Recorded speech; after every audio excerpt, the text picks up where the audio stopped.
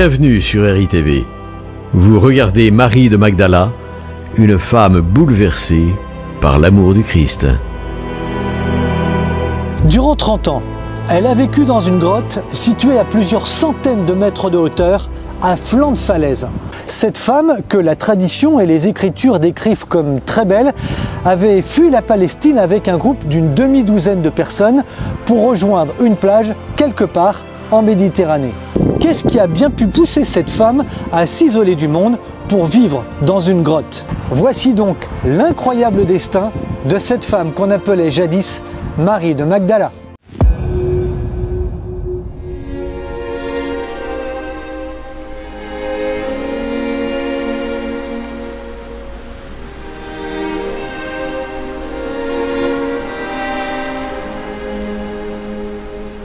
Personne n'est capable de dire s'il s'agit d'un bateau de commerce ou d'une simple barque.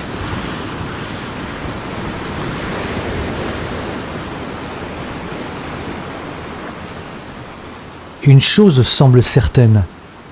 Ce jour-là, les 7 ou 8 personnes qui débarquent à cet endroit de la côte méditerranéenne sont des personnes en fuite.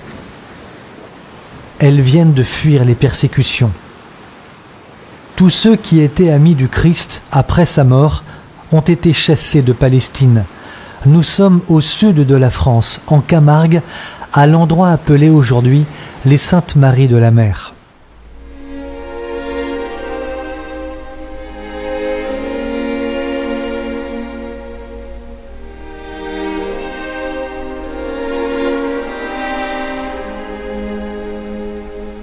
Quelles sont les personnes qui viennent de débarquer ? La tradition rapporte qu'il s'agit notamment de Marthe et de Lazare, de Marie Salomé, de Marie Jacobée. Avant d'arriver jusqu'ici, partis de Palestine, de Jérusalem puis de Béthanie dans les terres, l'équipage trouve une embarcation pour rejoindre cette région lointaine. Un parcours épuisant, plus de 1800 milles nautiques dans des conditions d'inconfort, ça ne fait aucun doute.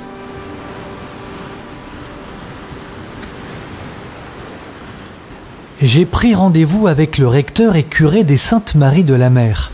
Le soir de notre rencontre avec Don Emmanuel Lemierre, au sommet de la tour de l'église, un vent souffle très fort, mais ne décourage pas le prêtre de nous faire partager son enthousiasme pour cette histoire. Alors donc là vous vous trouvez devant les deux cercueils, en fait c'est les chasses, les deux cercueils de Marie Salomé, de l'autre côté Marie Jacobée, voilà les deux Saintes Maries de la Mer qui selon la tradition sont des proches parents de Marie, mère de Jésus, et même peut-être si l'on en croit la légende dorée de Jacques de Voragine, eh bien sont les propres demi-sœurs de Marie, voilà donc de la famille en tout cas très proche de Jésus, voilà.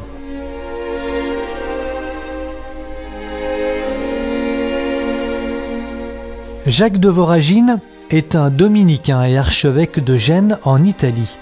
Dans un livre du XIIIe siècle, rédigé en latin et intitulé « La légende dorée », Voragine raconte la vie de 150 saints et martyrs, dont l'incroyable histoire des proches de Jésus. Alors donc là, ça fait depuis 1448 que ces reliques sont dans la chapelle haute du sanctuaire, donc inaccessibles, inaccessibles de manière à les préserver, à ce qu'elles ne soient pas volées, et aussi parce qu'elles dominent ainsi toute la Camargue et toute la Provence même, c'est comme un signe de bénédiction. Et donc voilà, elles sont là, inaccessibles, et ce n'est que 3 fois par an en fait qu'elles vont descendre dans un pèlerinage de mai, d'octobre et de décembre. Voilà, elles vont descendre pendant 24 heures et les pèlerins vont accourir donc par milliers pour vénérer les reliques des Saintes Maries. Voilà. Au Moyen-Âge, il y a un sport qui s'appelle le vol des reliques. Alors donc voilà, on les avait exhumées, elles sont restées pendant 15 siècles inhumées donc dans le sol du sanctuaire, et donc au moment où on les a exhumées, c'était pour renouveler la dévotion aux Saintes Maries, mais fallait-il encore les protéger et que voilà, des pèlerins zélés ne partent pas avec.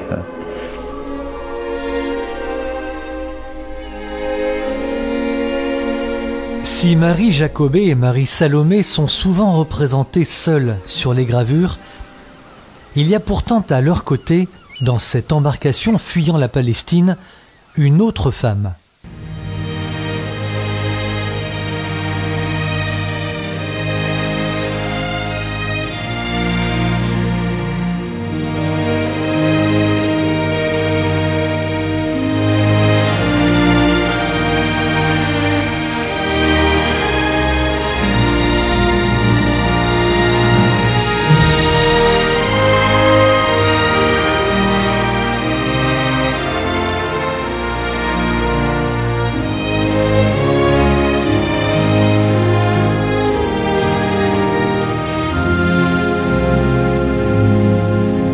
Cette femme, c'est Marie-Madeleine. Parce qu'elle vient d'une ville appelée Magdala, on l'appelle également Marie de Magdala.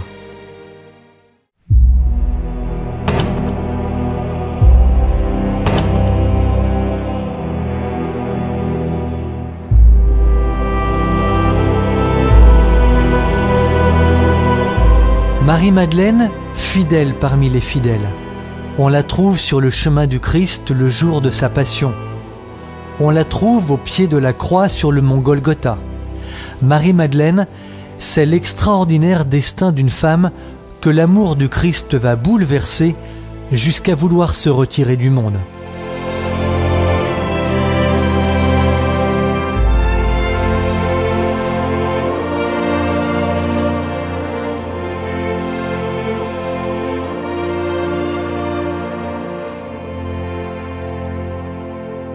Vivre dans une grotte durant 30 ans, expier ses péchés, contempler Dieu du haut d'une falaise avant de retrouver au ciel son bien-aimé, ce jusqu'à la fin de ses jours, voilà donc le chemin auquel cette femme se destine.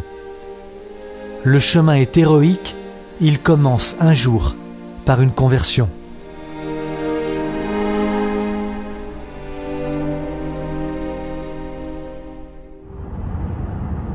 Mercredi 18 septembre 2024, je monte dans ma voiture et je me dirige vers l'Italie.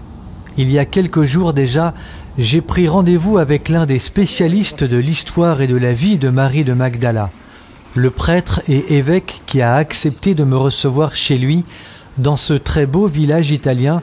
S'est passionné pour l'histoire de Marie il y a plus de 50 ans.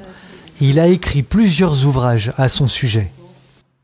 Qu'est-ce qui vous semble extraordinaire dans le personnage de Marie-Madeleine? Alors, ce qui me semble extraordinaire, et je crois que c'est la première grâce de Marie-Madeleine, c'est d'être une convertie. Quelqu'un qui a été retourné par le Christ. Et là, on a un appui très sûr dans l'Évangile. Lorsque saint Luc présente ce groupe de femmes disciples qui suivent Jésus, elles ne deviendront pas des apôtres, mais elles restent des disciples. Dans le groupe de ces femmes, saint Luc cite en premier lieu Marie-Madeleine, de laquelle le Christ avait chassé 7 démons. Alors, ce 7 démons a fait couler beaucoup d'encre. On y a vu dans la littérature magdalénienne, qui est une littérature foisonnante, on a fait de Marie-Madeleine à certaines époques l'incarnation de tous les péchés du monde, de tous les vices du monde, mais ce qui est certain, c'est que Marie-Madeleine est une convertie, puisque saint Luc écrit qu'elle a été délivrée de 7 démons. 7 démons, c'est une façon biblique de dire qu'elle était sous l'emprise du mal.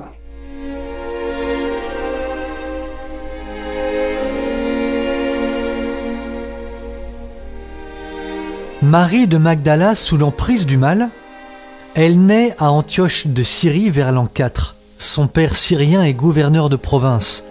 Décrite dans les évangiles, mais pas seulement, certains mystiques ont également écrit sur elle. Marie de Magdala, sœur du ressuscité Lazare, est une jeune femme riche, mondaine, très belle, mais aussi pécheresse. Elle ne compte plus les amants et se sert de ses atours et de sa sensualité pour attirer les hommes à elle après un mariage qui n'aurait pas tenu. Après le décès de ses parents, Elle aurait vécu dans une propriété à Magdala. Dans la légende dorée, voici ce qu'écrit Jacques de Voragine à son sujet. Autant Madeleine était riche, autant elle était belle. Elle avait si complètement livré son corps à la volupté qu'on ne la connaissait plus que sous le nom de la pécheresse. Que s'est-il donc passé pour que la sœur de Marthe et de Lazare, qui descendait de famille royale, change ainsi de vie aussi radicalement? À plusieurs reprises, elle entend parler de ce Jésus de Nazareth, fils de Dieu, produisant de nombreux miracles auprès de sourds, d'aveugles ou de possédés.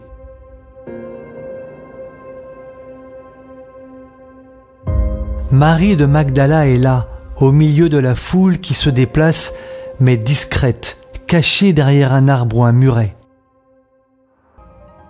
En proie à de violents combats intérieurs, elle se précipite un jour chez Simon le pharisien, où elle sait que Jésus doit se rendre. En larmes, elle se jette aux pieds de Jésus et essuie de sa chevelure les pieds du Messie. Marie-Madeleine s'est convertie. Dès lors, elle se réfugie chez la Vierge Marie à Nazareth, puis rejoint le groupe des femmes disciples. Elle ne le quittera plus. Pensez qu'elle est parmi les rares personnes qui se trouvent au pied de la croix. Les hommes, que l'on dit courageux, ont tous fui. Marie-Madeleine est là. Et cette présence au pied de la croix, elle incarne la fidélité. Le Christ va réserver les prémices de sa résurrection aux saintes femmes. D'ailleurs, il n'y a pas que Marie-Madeleine, il y a le groupe des femmes qui, nous dit l'Évangile, le suivaient depuis la Galilée. Donc ce sont elles, et Marie-Madeleine est toujours citée la première. Donc, ce qui me semble extraordinaire, c'est que là où le péché a abondé, comme le dit la liturgie, la grâce a surabondé. Et ce qui me semble extraordinaire, c'est que le Christ a confié cette mission à une pécheresse convertie. Donc à quelqu'un qui a été transfiguré, transformé par la grâce du Christ. C'est la récompense du pénitent ? Je pense que c'est une façon qu'a eu le Christ de récompenser la fidélité de ces femmes. D'ailleurs, il est apparu ressuscité, dans l'Évangile on le dit, à tout le groupe des femmes. D'abord. Oui, d'abord. Il semblerait que, en tout cas, dans l'Évangile de Saint Jean, tout est concentré sur la figure de Marie-Madeleine.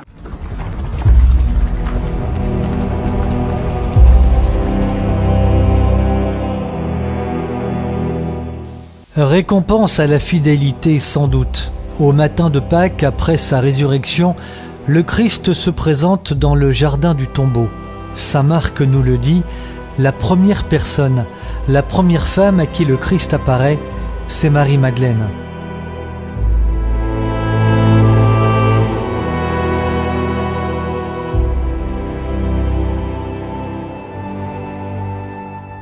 Palestine, 12 ans après la résurrection. 12 années après, semble-t-il, il faut quitter la Palestine. Les Romains persécutent en masse les amis du Christ. On les torture, on les crucifie, on les brûle. Marie de Magdala, sa sœur Marthe, son frère Lazare, Marie Salomé et Marie Jacobée sont en danger. C'est ainsi qu'ils vont rejoindre les Saintes Maries de la Mer. Plus tard, Marie-Madeleine quittera ce lieu pour vivre une vie de pénitente plus de 200 km plus à l'est, au lieu Baoma, grotte en langue provençale, qui deviendra plus tard la Sainte Baume. Ça va encore bien au-delà de la conversion, puisque Marie-Madeleine a reçu quand même une mission unique. Unique. Oui, celle d'aller annoncer aux disciples que le Christ était vivant et qu'il était ressuscité. Porter la nouvelle de la résurrection, porter l'Évangile aux confins du monde, voilà donc la mission dont était chargé saint Sidoine, Saint Maximin, Lazare et les trois Maries. Après cette mission que lui confie le Christ, à elle, mais aussi à Lazare, à Marie Salomé, à Marie Jacobée, Marie-Madeleine, dit-on, guidée par les anges, rejoint la grotte où elle passe les 30 dernières années de sa vie. La Sainte Baume, un massif provençal de 45 000 hectares à près de 1200 mètres d'altitude.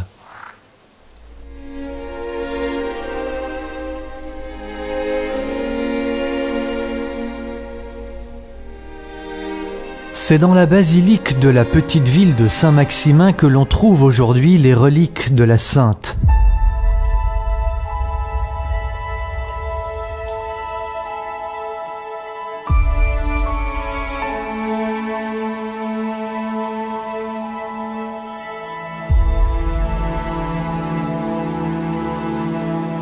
Son crâne est ici exposé.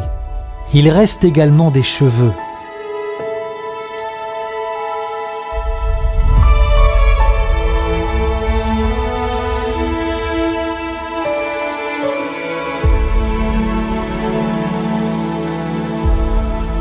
Marie-Madeleine mourut, dit-on, à l'entrée de la ville, puis, en raison des persécutions romaines encore existantes, fut inhumée à la hâte quelque part dans ces lieux afin de protéger son corps.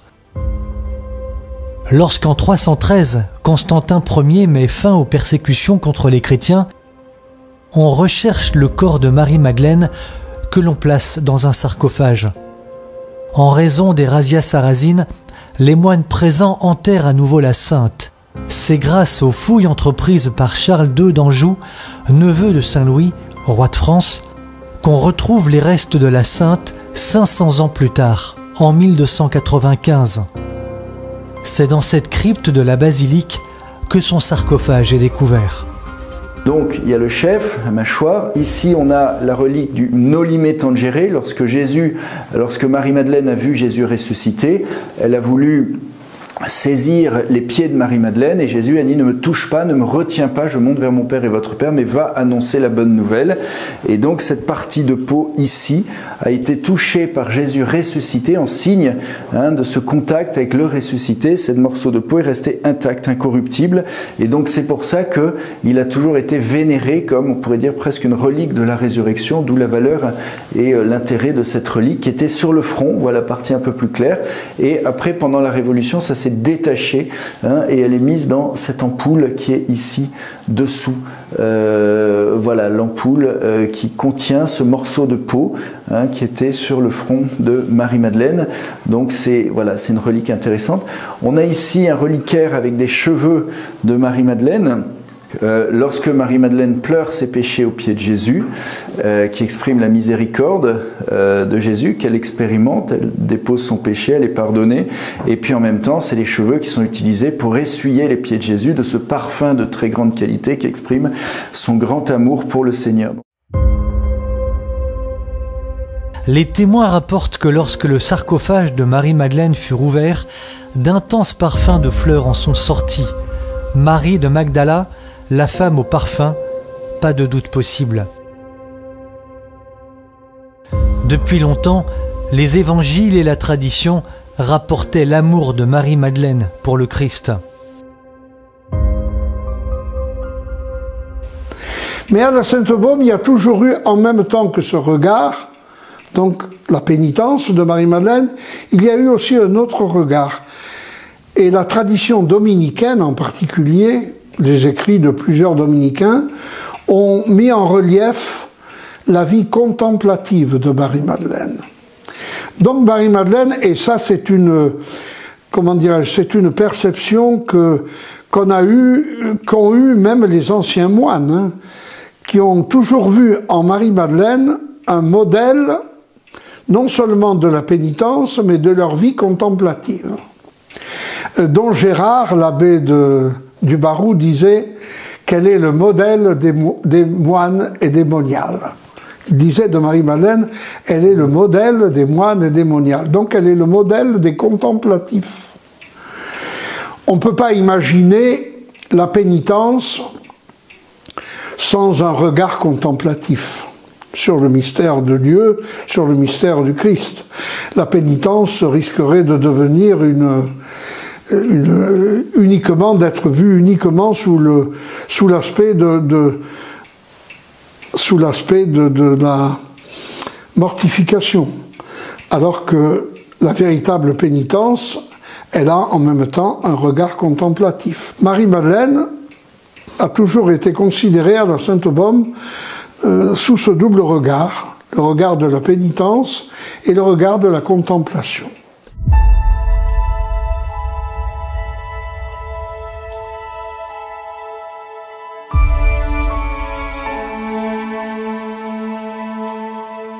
Après avoir vécu à ses côtés comme femme disciple pour contempler Dieu, cette fois en esprit, jusqu'à la fin de ses jours, il fallait un lieu d'exception. Voici donc le chemin que Marie de Magdala emprunta.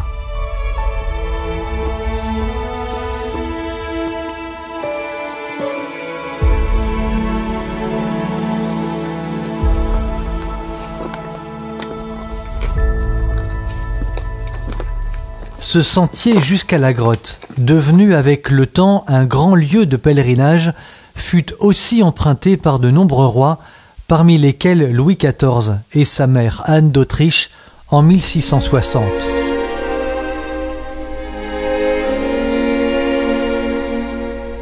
Cette grotte provençale totalement isolée dans laquelle la sainte se réfugia était sans doute suffisamment proche du ciel pour répondre à ses attentes.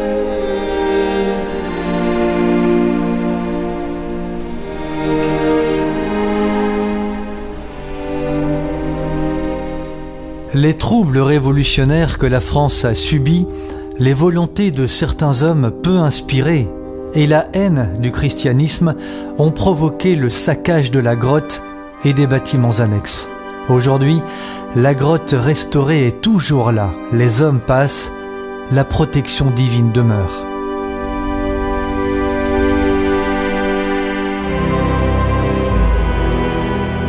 Il y aurait encore tant à dire sur l'histoire de Marie-Madeleine, dont on évalue la mort à l'âge de 70 ans. Comment a-t-elle vécu durant les 30 années qui lui restèrent à vivre? On ne le sait pas. La tradition rapporte que les anges venaient régulièrement la chercher pour l'emmener au-dessus de la grotte afin de mieux contempler son bien-aimé. Marie-Madeleine, modèle de patience, modèle de vie contemplative et d'amour gratuit pour le Christ. Marie-Madeleine, une femme d'exception, le miroir de la miséricorde et de l'amour de Dieu pour sa création.